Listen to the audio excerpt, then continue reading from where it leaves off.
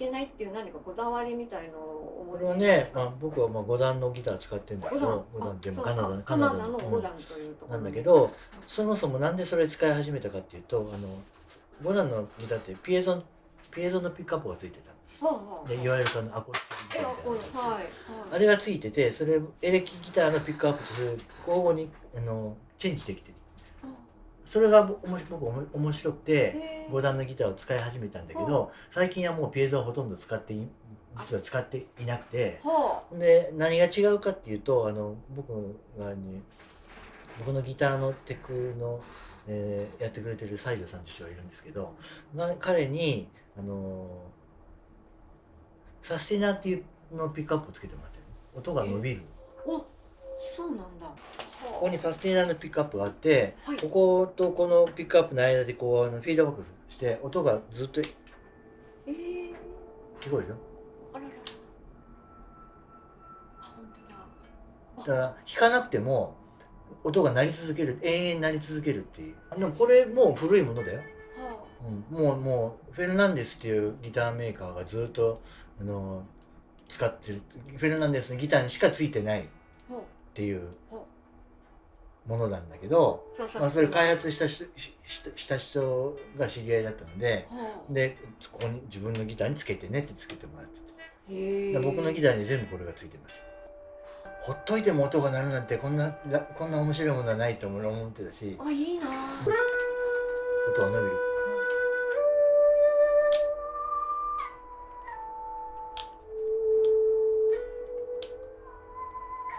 テルミンでしょ。確か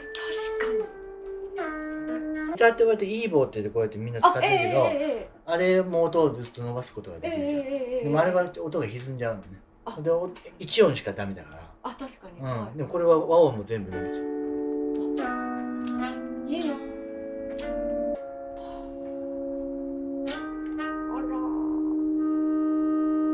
ちょっとロバート・フィリップのフリップトレニクスみたいな的な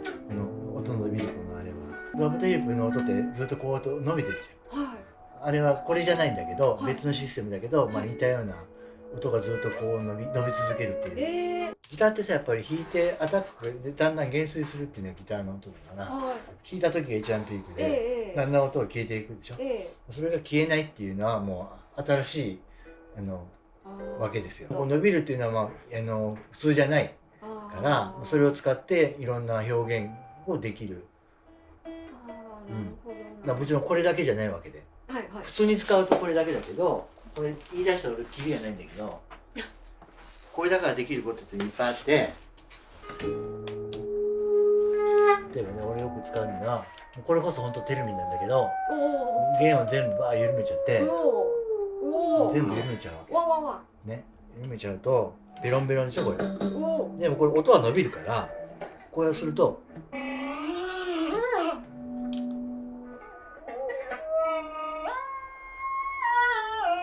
これ音程がすごい歌みたい。テルミンだ。まさにテルミンですね。みたいな音になるわけ。あららららららら。すごい技。これ即興の中で使われることもありますよ。うわー、すげえ。面白い。うわ、なんでこんな濁りはすげえな。なんでそんなになるの。これは結局振動させてるから弦がこうなってるね、今フィードバック。それがこのフレットに当たったり外れたりして、そうそう、ウィーンになってる。それもやってみたらいろんな音が出るから面白いからやるんですけど。うわ、面白い。ダルンダルンにしてるから今これピックアップにくっついてるわけ。くっついてたら音出ないでしょ。こうやって引っ張ると弦が張ってピックアップから外れるから、外れた時にほら。それおかしいんですけど。何でもそれで面白ければいいから、面白ければ面白い音すんなと思ったらそれを使う。だからこういう使い方のためにこれがあるんじゃないけど、でも何でもそうで、エフェクターでもそうじゃん。これはこのエフェクターはこういうふうに使いますよってあるけど、その通りやってももう普通と同じ音しか出ないから。なるほどこれに一体何ができるのかっていうことを考えるっていうこと。ああ、なるほど。その素材のだからね、俺なんか昔印象的だったのは、ニューヨーク行った時にニューヨークで楽器屋さん行っていろんな楽器触ってエフェクターいっぱいいじってて、昔ワーミーペダルが出だした頃ね、あれが出だした頃に俺それを思想してたら、店員が「お前はこれどうやって使うかお前知ってんのか?」と言うわけ。俺に聞くわけ。いやいやいや、もうこれクインクインってこうやって音程変えるんでしょって、そんなものは誰でもやるみたいな、そういうことを言うわけですよ。デジテックって、そのワンミーペダル出したデジテックっていうメーカーは、変なエフェクターばっかりもちろん出してたんだけど、結局いかに遊ぶかということが大事なんだって言うわけね。そこの店員さんが。そうだから使い方なんか自由でいいんだと。ただこれを使ってどういうことをできるのかっていう遊び心が一番大事で、そのメーカーはそういうことを大事にしている。面白い。ものづくりの基本としてね。例えば日本のそういうペダルってもう出来上がりすぎてて、もうこれしかできないっていうものが多いわけ。遊び心がもう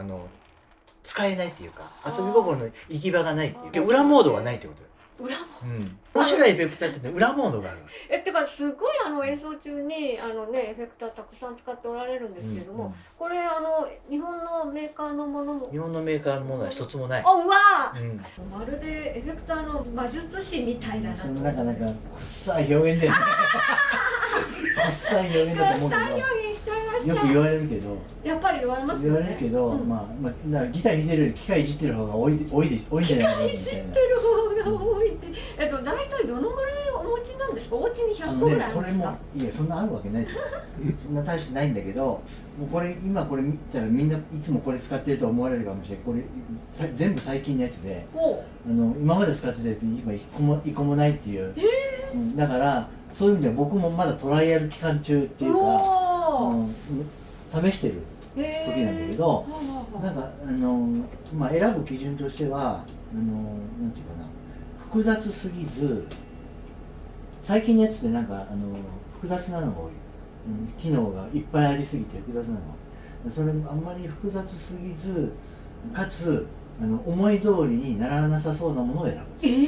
普通思い通りになる？思い通りになっちゃうの面白くないんですよ。楽器と一緒だから、だってもうこうやったらこういう音が出ますよっていうのが分かってたら、もうやる気なくなるわけじゃん。普通と反対ですね。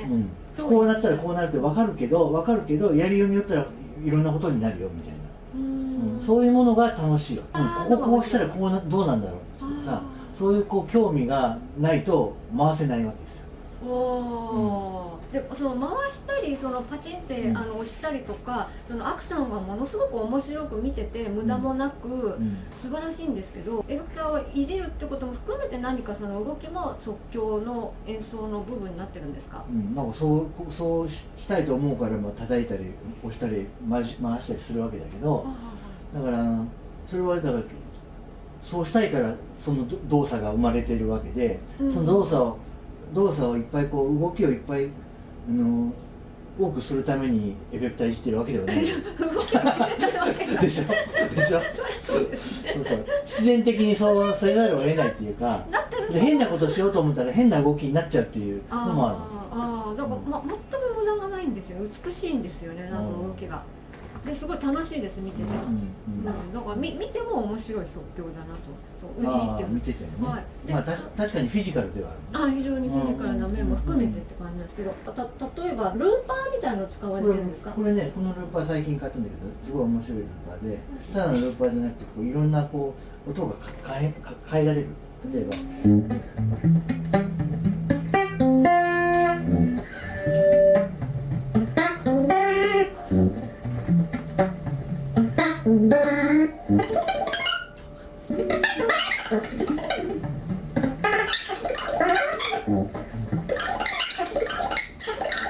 これスイッチがいっぱいあって、こっちもここにもスイッチがあって、こ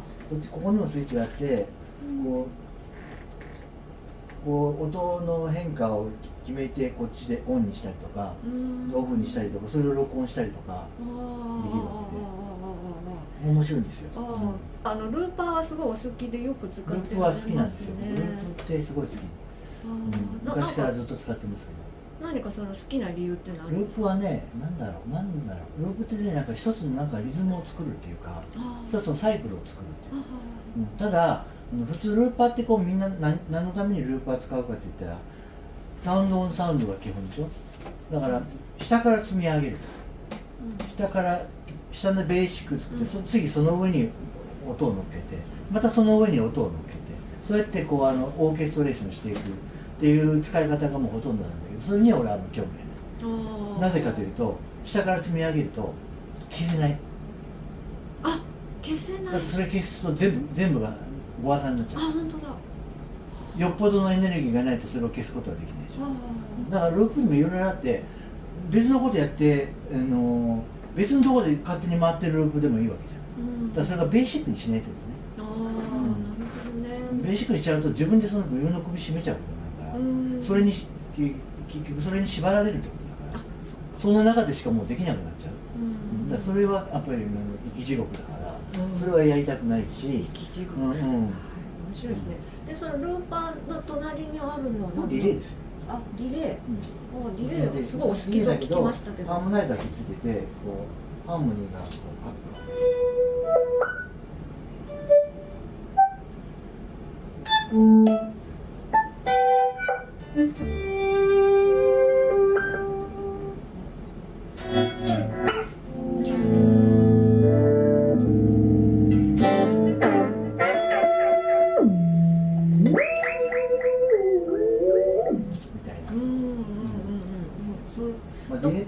アナログディレイなんだけど、アナログディレイなんだけど、いろいろ音をディレイの音をオクターブ上げたりとか、オクターブ上げたりとか、いろんなことができる。アナログディレイとそのデジタルってなんかやっぱり差があるんですか？アナログディレイの方がだって全然臨場感あるじゃん。デジタルっていうのはすごくやっぱり同じ音をきれいに再現するっていう、繰り返すっていう、逆にアナログディレイってやっぱり音が劣化するっていうか、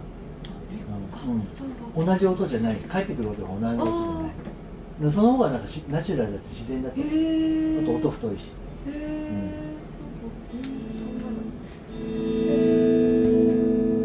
デジタルってやっぱ全部音細くなっちゃうんですね。細くなっちゃう。音が細くなっちゃうから、あんまり好きじゃない。紺色のその隣にこれはリバーブですよ。リバーブ。リバーブなんだけど、リ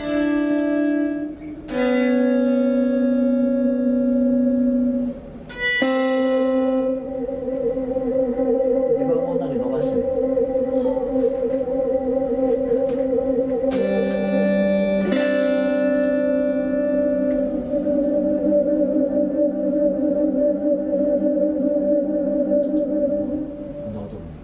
リバーブもいっぱいあるけど、やっぱりこれがいいなと思って。このリバーブが一番いい音するんです。いい音。い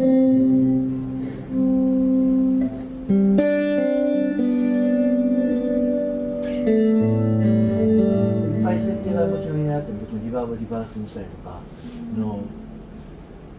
リバーブ多分選ぶときはこう思想を試して、それでこれいいなと思ったんです。最近はだってそうこうやって日本代理店ないから思想は自分でできないから、もうこれはたまたま僕ベルリンにいる時に友達が持ってて、ですごくいいなと思ってから買ったんだけど、これはね、この3つはね、同じメーカーでね、ノルウェーのまたハンドクラフトメーカーでね、作りもなんかちょっと手作りっぽい感じなんだけど、これモジュレーターなんだけど、なんかそれだけで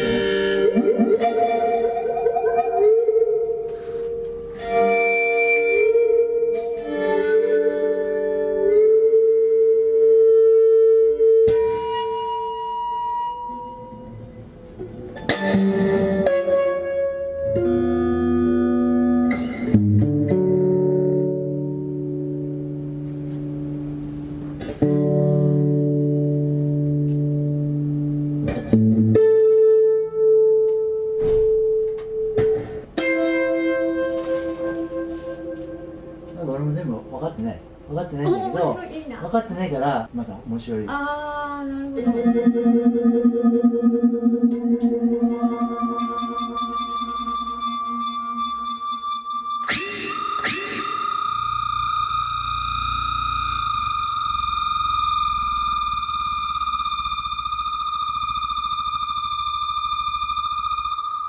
ターと関係ないけどね。でもなんかそのエレキギターというその音色っていう、まあ予想がつくんですけど、内橋さんのはやっぱりエフェクターをたくさん使ってらっしゃるってこともあって、まあ、予測がつかない音が出てくるっていうのは、もちろん俺もそれに興味はもちろんあるんだけど、でもただ変な音出るだけでは音楽にはならないじゃん、そこなんだよね。例えばこういう音が出ますよ、こんな変な音になった。でも例えばそれを一体どう音楽として取り込むのかっていうことになって、それはそこで作曲とか構成とかそういうことが大事になってくるっていうか、あと音色の選び方っていうのも選び方とか展開の仕方とか、なぜそこにその音があるのかということの必然性とか、そういうものがやっぱりないと、ただ変な音が出続けているだけじゃ音楽にならないし、聴きたいとも思わないでしょ。だからそこが一番大事なことで、だからただ変なエフェクターで飛び道具って言われるエフェクターいっぱいあるけど、ただ変な音出るだけじゃそれだけでは満足は当然できないよ。ただ自分の音楽にそれをどうやって生かしていけるのかっていうことが一番のキーだから、それが生かしていけないようだったらいくら面白くてももう使わないなっていうのはあります。あとその操作の方に気取られちゃって肝心のプレーがみたいなことになっちゃって、操作の方に気を取られてるっていうことは気を取られるっていうか、それが面白いからやってるんだったらそれいいと思う。それはもちろん。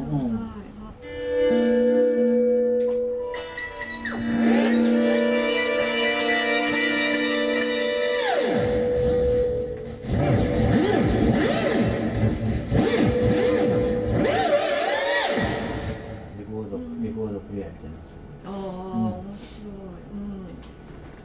面白い、まず面白い、自分が面白いなっていう音が出るなって、でもいじってみないとやっぱ分かんないし、面白くて、そしていい音だなって自分が思う。いい音だなって思えるのね。そのいい音っていうのはなかなかその聞いてられる音とか、ずっと聞いてられる音、気持ちがいいってこと。気持ちがいいってことですね。すごい重要ですね。それはとても大事なの。ただ変なだけではダメだ。確かに気持ちよくないとダメ。もちろん普通にギターの音だけで気持ちよければそれでいいわけです。いいリバーブでいい音で、それだけでもう幸せだったりするんだけどね。プラスなんかそれを広げていくためのなんか要素としてエフェクターはやっぱあると思うし。ラクソフォンについてちょっとお伺いしたいんですけれども、これはハンス・ライヘルさんから譲り受けた楽器と伺っておりますが、どのような経緯でラクソフォンに出会われたんですか？彼が初めて彼と初めて一緒に演奏した時91年かな。彼は神戸に来たのね。僕もその時神戸に住んでましたから、神戸に来た時に、その主催者が一緒にやりませんかっていう、それで一緒に初めてやった。それがきっかけなんだけど、その頃まで僕はライヘルのことは全然知らなかったです。知らなかったんですけど、その時初めて知り合って、で一緒に演奏して楽しかった。とても楽しくて、で彼はそのツアーの時の帰る前にもう一回神戸に来てもう一回やりたいって言って2回やったんですよ。それは彼の希望で。でその時の録音が FMP から出たの。それが僕にとってはヨーロッパデビューだったんだけど、ヨーロッパのレーベルから自分の音源が出るっていう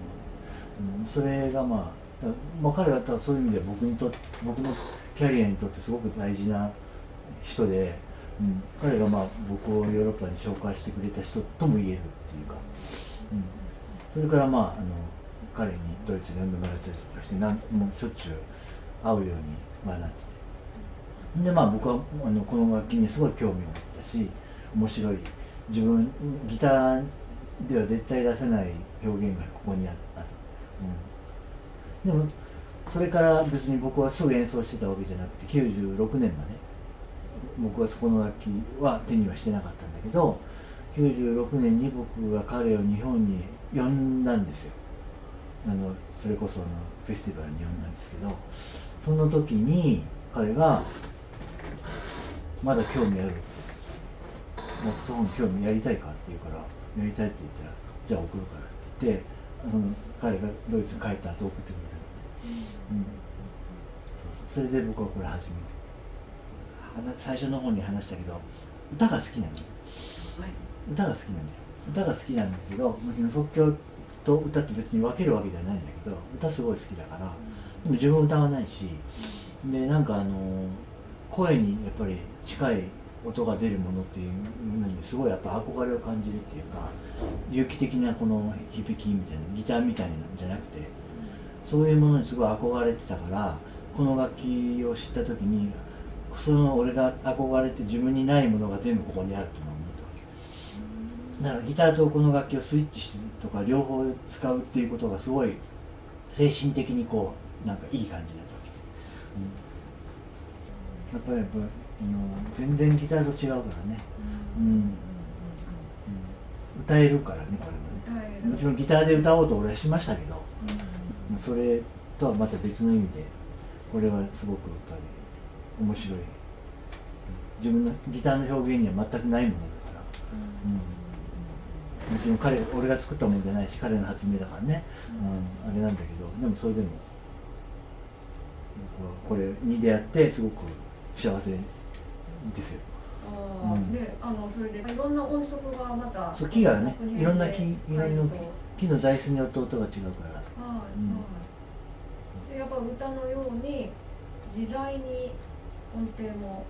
変えられて、それはね木によります。メロディー弾くならこれみたいなのもちろんあるし、メロディー出ないけど変な音が出るとかいろいろある。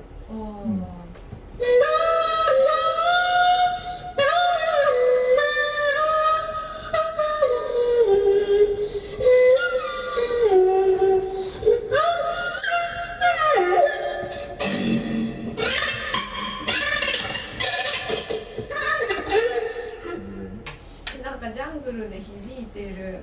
動物の声には一番近いわね。なんか自在な感じで面白いですね。そうそう。もちろん指で弾くだけじゃなくて弾いたり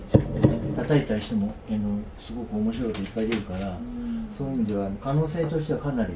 パーカッションとしても使えるし、いろんな要素があると思うよ。なんかそれダクソフォンのワークショップを行われたりとか、教則のビデオとかも公開されたりとか、最近作ったね。でもこの楽器をすごく広めたいっていう思いですね。それは思ってますね。だから彼はね、そういう彼自身はそういうことに欲がなかった人だから、そういう意味で本当はこんな発明もっと知られるべきなのにあんまり知られてないっていうのはすごくもったいないなと思うし、彼はまあ早く亡くなってしまう、もう今年で10年になるんですけど、もう、彼の残したものっていうのはやっぱりちょっとでも広めたいとは思うし、演奏家としてもね。だからそういう意味ではやっぱり多くの人に知ってもらうための機会を作りたいと思うし、これの楽器の可能性っていうものをもっと突き詰めて考えていかないといけないと思ってるから、そういう意味では演奏家を増やしてアンサンブルやるっていうことが結構夢ではあるんだけど、もうすでに何人かもおもちろん何人か育てられて、言ってますね。でもう一つレゾナントハーフギター、今日持ってきてないけどね。あれはまたどういう経緯であれはね、もともと僕がこのギターにもついてるけどサステナーっていうのがついてるんですけど、あれの機能をフルに使って、これが 3組ついてるんだけど、パッと見ると縦ごとみたいな感じの6弦なんだけど、それがいろんな部分が弾けるようになってて、それが全部共鳴し続けるみたいな。だから音で言うとね、小に近いかも。小みたいな。吹いても吸っても音が出てるっていう。そうずーっとこう6弦なんだけど何箇所も同時になるから、だからもう音が20本ぐらい分ぐらいになるわけですよ。だからすごく複雑なハーモニーにもちろんなりうるし、あと普通に指で弾いたらね、お琴みたいなハープみたいな音も出るから、そういう意味ではフレットはないからそういう、開放弦しかつけない。だから弾いててやっぱ気持ちよかったです。気持ちいいチューニングにしなきゃいけない、チューニングが大事なんだけど、ただ普通の音楽に応用難しいけどね。プロみたいな感じで。まあそういうの今のところはそういう感じでしか使ってない。何かそういう新しい楽器が欲しいなと思われてもともとだからやっぱこれにしてもそうで、これはまあ俺が考えたもんじゃないけど、だからやっぱり楽器っていうのを自分で作るっていうのはそれこそワンアンドオンリーじゃんね。他に出ないんだからその後それってやっぱ究極だろうと思ったから、それ自分の楽器作ってみたいなと思ってて、アイデアが湧いた時にまあ僕も今ギターってこれたくさんワークショップの生徒用に作ってくれてる人に頼んで作ってもらったけど、僕は図を描いてこういうもの作ってほしいんだけど、それでここにこうピックアップつけたいって、楽しいですよね。楽しいよ、楽器作るって楽しいことだなと、どんな音するんだろうなっていう興味もすごくあるし、できるまで分かんないし、予想はつくけど。